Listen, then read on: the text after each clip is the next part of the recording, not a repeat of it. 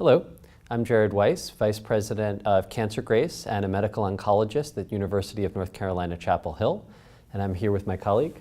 I'm Josh Bauml. I'm a medical oncologist at the University of Pennsylvania. So I think everyone's been waiting for the results of some major immunotherapy studies where immunotherapy alone or in combination with chemotherapy is supposed to replace our standard of care, old school chemotherapy regimens. Did we get that?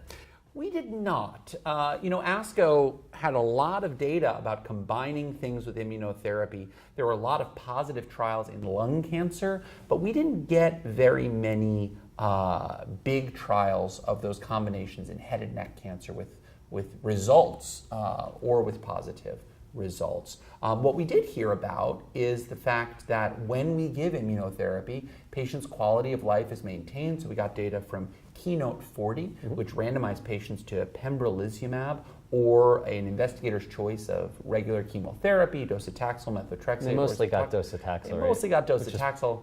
Pretty rough. Pretty rough stuff. And what we found is exactly what you'd expect, which is patients' quality of life is better when they're receiving pembrolizumab.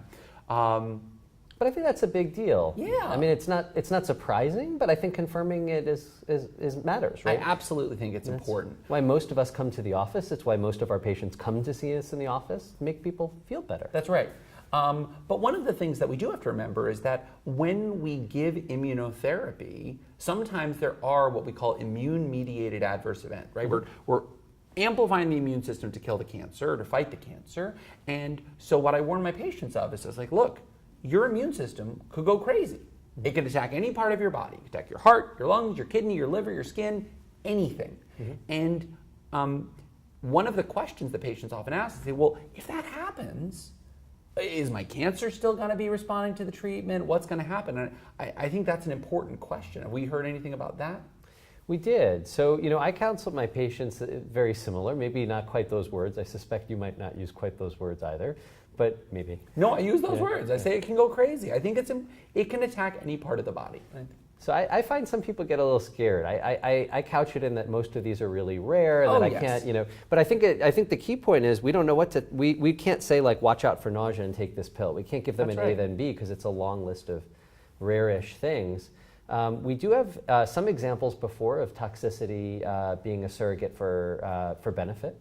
Bevacizumab in lung cancer, maybe rash with EGFR inhibitors in colorectal cancer. And we saw hints of the same here, where patients with immune-related adverse events, so most commonly rash and throwing off the thyroid, had pretty meaningful improvements in outcomes. It was roughly a tripling of response rate, roughly a tripling of progression-free survival, and a very meaningful improvement in survival.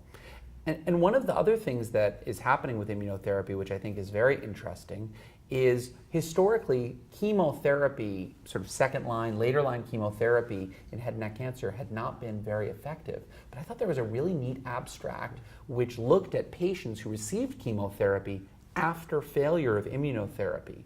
And they found the response rates were 20, 30%, so quadruple what we would expect in this population.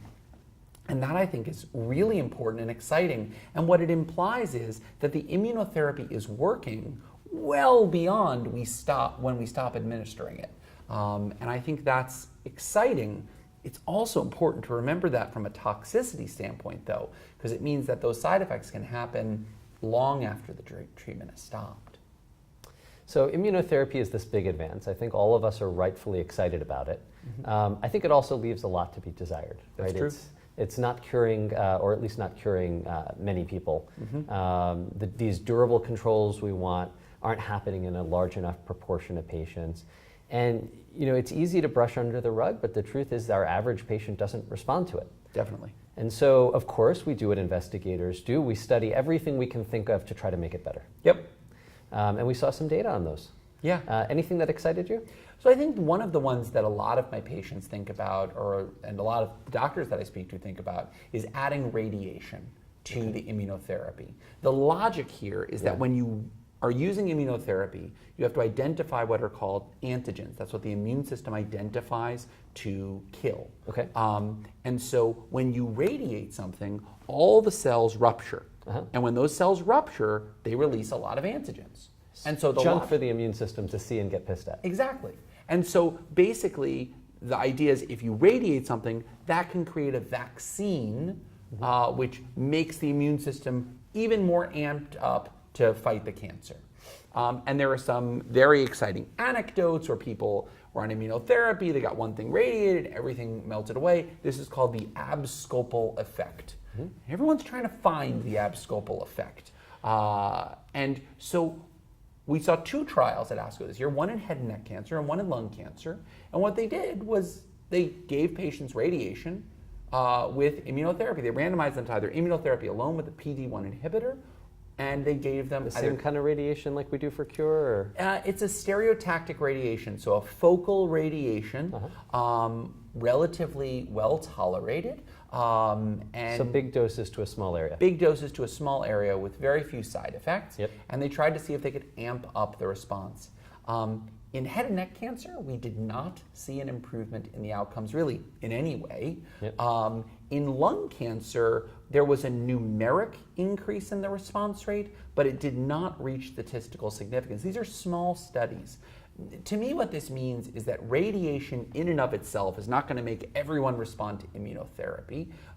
There's not an easy solution for everyone. There might be some patients who benefit from that, who would benefit from that degree of adjuvant, but it's clearly not for everyone. And I certainly wouldn't recommend that patients who want their immunotherapy to work better say, oh, radiate something just to amp it up. Yeah. That is clearly not a ready-to-go strategy.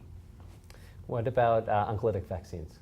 Oncolytic viruses, excuse me. So oncolytic viruses, there was a study using, it has a TVEC. TVEC, its whole long name is very difficult to say. Oh, I can't say it. I was almost an investigator on their phase 3 and I can't say it. We're just going to say TVEC. So what did they find in that study?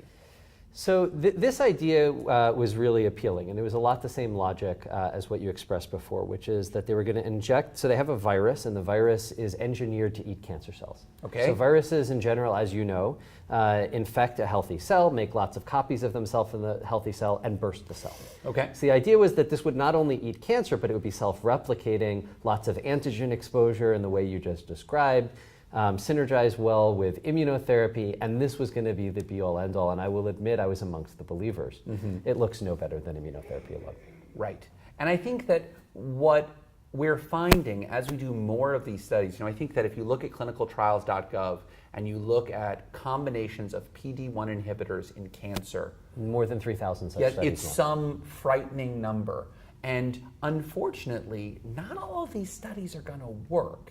And so we need to be prepared to do the studies, identify what works, and follow the science to see what is helping. But we can't just rely on the early phase studies. So recently, last year I think even, we spoke about epacadostat. It looked so exciting last year. Looked so exciting, had a doubling of the expected response rate.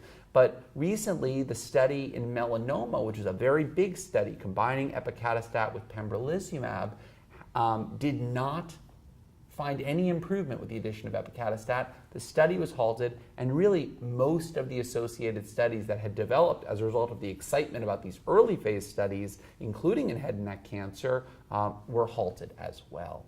So there's reason to try to improve the outcomes, but I think we have to be cautious as we do things and not get ahead of ourselves. I think that's right.